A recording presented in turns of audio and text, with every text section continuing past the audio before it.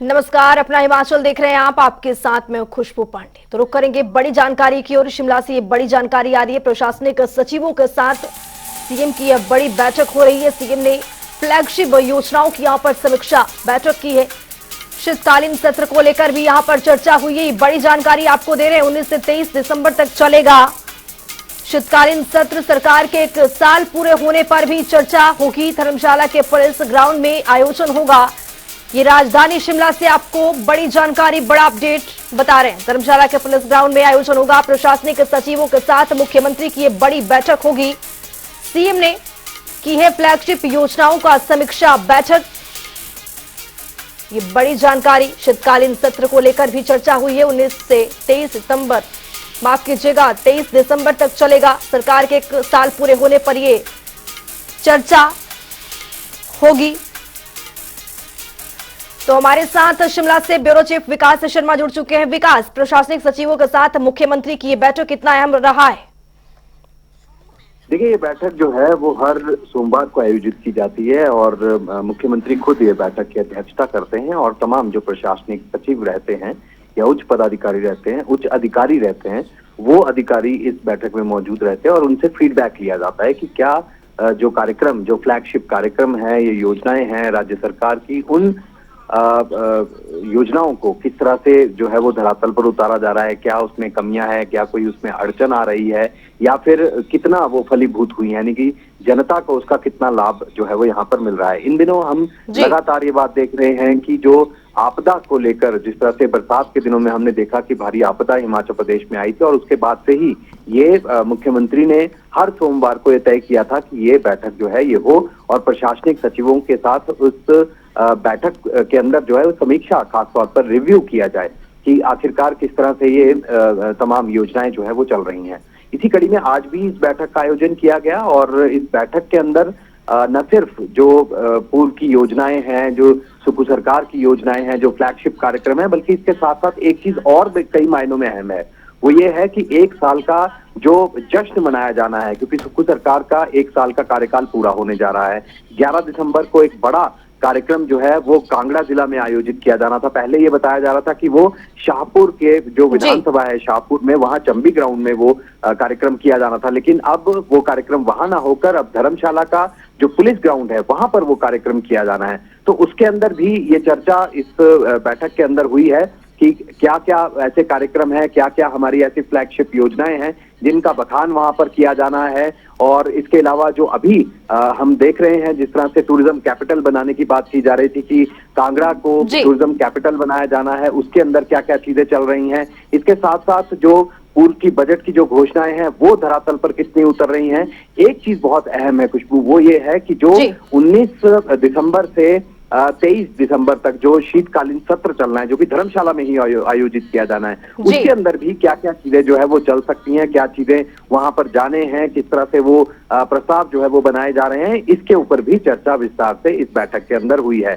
फिलहाल कई मायनों में इस बैठक को अहम माना जा रहा है, न सिर्फ 1 साल बल्कि जो फ्लैगशिप कार्यक्रम है सरकार के उनके लिए और जो शीतकालीन सत्र यहाँ पर होना है उसके लिए भी कई मायनों में अहम इस बैठक का होना इस समय माना जा रहा है। बहुत शुक्रिया विकास शर्मा तमाम जानकारी साझा करने के लिए। तो राजधानी शिमला से बड़ी जानकारी आपको दे रहे। धर्मशाला के पुलिस ग्राउंड में आयोजन होगा और इस आयोजन में प्रशासनिक सचिवों के साथ मुख्यमंत्री की बैठक हुई है और बैठक में कई महत्वपूर्ण फैसले लिए गए हैं। सीएम ने फ्लैगशिप योजनाओं की यहाँ पर समीक्षा की है। शीतकालीन सत्र को लेकर भी यहां पर विचार विमर्श किया गया है। 19 से 23 दिसंबर तक चलेगा शीतकालीन सत्र।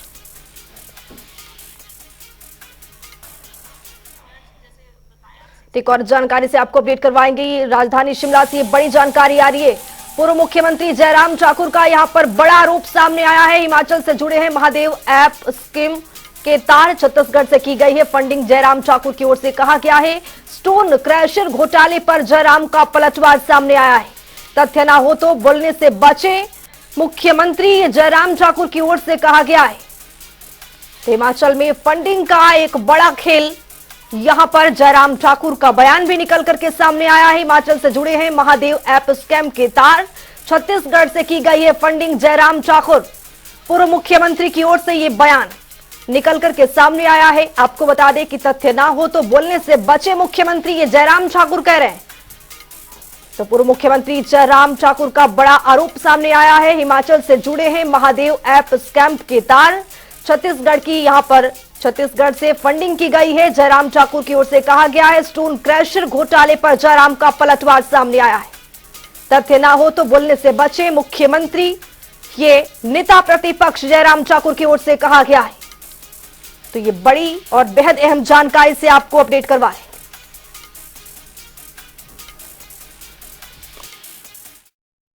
उसके बावजूद भी कांग्रेस के लोग बोल रहे हैं कि छत्तीसगढ़ मॉडल, चाहे वो हिमाचल प्रदेश की बात है, चाहे दूसरे प्रदेशों की बात है, जहां इतने बड़े स्कैम हुए, कोयला घोटाला वहां पर हुआ, शराब घोटाला वहां पर हुआ, गोबर घोटाला वहां पर हुआ, और महादेव ऐप का जो घोटाला जिसका मैंने जिक्र किया 508, इस तमाम घोटाले के बावजूद भी उसको उस मॉडल को अडॉप्ट करने की बात कर रहे हैं। और उसी प्रकार से अगर राजस्थान में हम गए तो राजस्थान में आपने देखा होगा लाल डायरी का जिक्र हुआ। आप गूगल पर टाइप करेंगे लाल डायरी, तो लाल डायरी का जिक्र होते हुए लाल डायरी में एक मंत्री उनके मंत्रिमंडल में हुआ करते थे राजस्थान कांग्रेस की सरकार के दौरान, जिसने सारे घोटाले का जिक्र उसमें किया हुआ, पैसों का जिक्र किया हुआ, क्या क्या सारी चीजें, उन बातों को लेकर के मुख्यमंत्री को उनको मंत्रिमंडल से हटाना पड़ा, और हटाने के बाद उनने उनका खुलासा किया।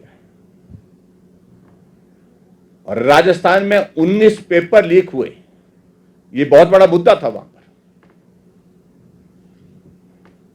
और उसी तरह से मैं अगर मध्य प्रदेश में गया तो वहां पर हमने इस बात को देखा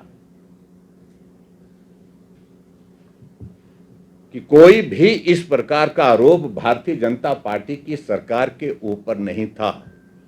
लाडली बहना योजना का इतना इंपैक्ट था लोगों के बीच में, और मुझे लगता है कि उसका बहुत महत्वपूर्ण रोल रहा है मध्य प्रदेश में भारतीय जनता पार्टी को पुनः सत्ता में लाने के लिए।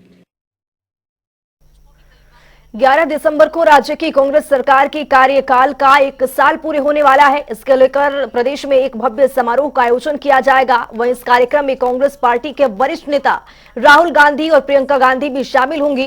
कार्यक्रम को लेकर मुख्यमंत्री ने कहा है कि यशवंत छाजटा ने अपने जीवन के 25 वर्ष कांग्रेस पार्टी की सेवा की है, जिसके कारण उन्हें सरकार में नियुक्ति मिली है।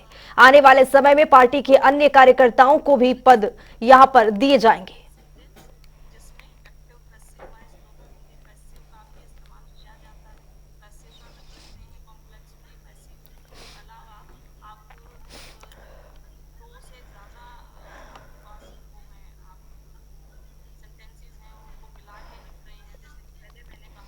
तो ये बड़ी जानकारी आ रही है। शिमला में बड़ा सड़क हादसा हुआ है। ट्रक ने 4 गाड़ियों को टक्कर मारी है, ये बड़ी जानकारी नागालैंड को बताया जा रहा है। ट्रक हादसे के बाद ट्रक समेत फरार हुआ ड्राइवर, चालक समेत ट्रक की खोज में जुटी है पुलिस। ये बड़ी जानकारी आपको दे रहे।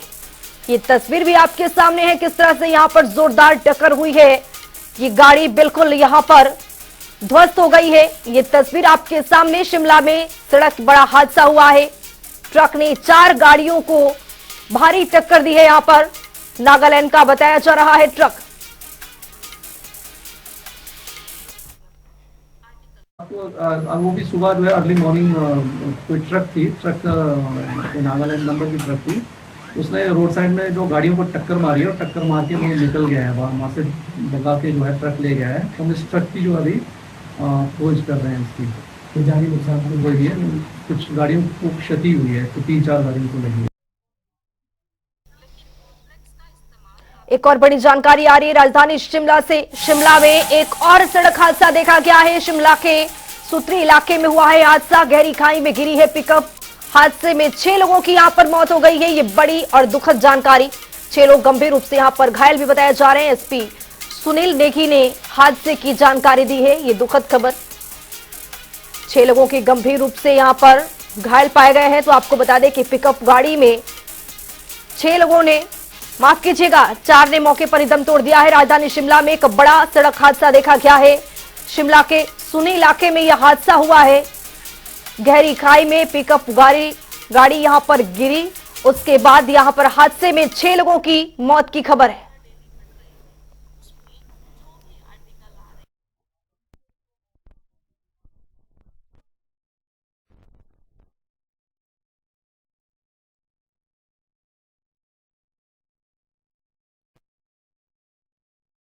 एक्सक्लूसिव तस्वीर आपको दिखा रही है यहां पर शिमला की ये तस्वीर, किस तरह से पिकअप गाड़ी ये खाई में गिरी, उसके बाद ये हादसा, इसमें कई लोगों की मौत की भी खबर है।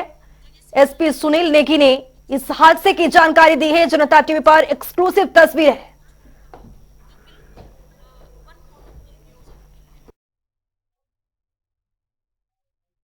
ये आज सुबह जो है ये एक्सीडेंट हुआ है। ये कड़हार घाट है, ये वहां से सुन्नी की तरफ जो है पिकअप आ रही थी। पिकअप नंबर थी ये HP 63A 231 नंबर, तो कड़हार घाट से बसंतपुर की तरफ आ रही थी। तो इसमें जो है 12 लोग थे। इसमें ज़्यादातर जो है ये जम्मू मूल के जो है कश्मीरी युवक थे इसमें। तो इनमें से 3 की तो स्पॉट पर मृत्यु हो गई थी, और एक ब्रॉड डेड जो है इनको जब घायल अवस्था में सुन्नी ले जाया गया तो वहाँ पे मृत्यु हो गई। और बाकी लोगों को जो है IGMC लाया गया, दौरान उपचार के लिए जो IGMC लाया गया था, जिनमें से 2 लोगों की सूचना मिली है कि 2 लोगों की ब्रॉड डेड 2 लोग घोषित किए गए। तो इस प्रकार जो है 6 लोगों की जो है इस दुखद घटना में मृत्यु हुई है, जिसमें से ये जम्मू कश्मीर के युवक हैं। तो हमारे साथ शिमला से रॉबिन शर्मा जुड़ चुके हैं। रॉबिन, इस तरह के हादसे शिमला में, राजधानी शिमला में इस तरह के बड़े हादसे सामने आ रहे हैं। देखिए, आज जो है 2 हादसे जिला शिमला के अंदर दर्ज किए गए हैं। एक इसमें सुन्नी के आसपास है, जो शिमला राजधानी है वहां से थोड़े किलोमीटर दूर है। तो इसके अलावा जो दूसरा हादसा है वो शिमला राजधानी के ही विकासनगर क्षेत्र में हुआ है। पहले मैं सुन्नी वाले हादसे पर आपको लेके जाऊंगा। यहाँ पर जो है एक पिकअप है जो सुबह के आसपास दुर्घटनाग्रस्त हुई, और इसमें जो है 6 लोग जो हैं अभी तक मृत हो चुके हैं इस हादसे से, जिन्होंने जान गंवाई है। इसमें जो 3 लोग हैं वो मौके पर ही उनकी डेथ हो गई थी। उसके बाद एक जो व्यक्ति है वो सुन्नी अस्पताल में दम तोड़ दिया।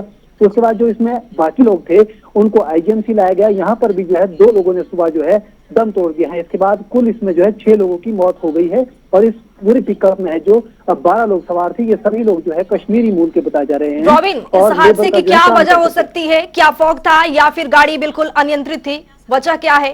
जी बिल्कुल, अभी इसको लेकर जो पुलिस की ओर से जानकारी आधिकारिक तौर पर दी गई है, उसमें हादसों का कारण खास साफ तौर पर नहीं कहा गया है। हालांकि ड्राइवर इसमें सुरक्षित है अभी तक फिलहाल, हालांकि जख्मी है। अब इसके बाद हालांकि जो पुलिस की ओर से कहा जा रहा है कि मामले की तफ्तीश होगी, उसके बाद इस मामले पर जो है पुलिस की ओर से जो है जानकारी बताई जाएगी कि आखिर किन कारणों की वजह से ये जो है हादसा पेश आया। इसके अलावा जो दूसरा हादसा है वो विकासनगर में हुआ है जी, उस पर आपको मैं अगर थोड़ी सी जानकारी दूं तो ये सुबह के करीब 4 बजे के करीब हादसा हुआ, जब एक अनियंत्रित ट्रक ने 4 से ज्यादा गाड़ी को यहाँ पर टक्कर मारी। ये जो ट्रक है ये नागालैंड नंबर का बताया जा रहा है। हालांकि इसको लेकर भी अब जो है पुलिस वो तफ्तीश में जुट चुकी है। हालांकि इसको लेकर अभी FIR दर्ज करने के समेत जो तमाम प्रक्रिया है वो चल रही है, जिसके बाद इस जो पूरा ट्रक है इसको लेकर भी छानबीन जारी होगी। हालांकि ट्रक और ड्राइवर दोनों अभी फरार चल रहे हैं। आपको बता दूं कि ये वो क्षेत्र है विकासनगर का जिसको पहले ही एक ब्लैक स्पॉट की तरफ देखा जा रहा है, क्योंकि यहाँ पर लगातार इस तीखे मोड़ पर पहले भी हादसे हुए हैं। ऐसे में प्रशासन जो है, पुलिस प्रशासन है, वो इस तरफ भी कोशिश कर रहा है कि इस जो इलाका है, ये जो क्षेत्र है, इसको ब्लैक स्पॉट बनाया जाए और इस तरह के यहाँ पर कम हादसे हो, इसकी यहाँ पर कोशिश की जाए। जी बहुत शुक्रिया रॉबिन शर्मा तमाम जानकारी साझा करने के लिए। तो राजधानी शिमला से ये तस्वीर, बेहद दुखद खबर है कि इसमें 6 लोगों की मौत हो गई है। शिमला के सुन इलाके में ये बड़ा हादसा हुआ है। पिकअप गाड़ी यहां पर अनियंत्रित होकर यहां पर खाई में जा गिरी है। हादसे में 6 लोगों की यहां पर मौत की भी खबर है।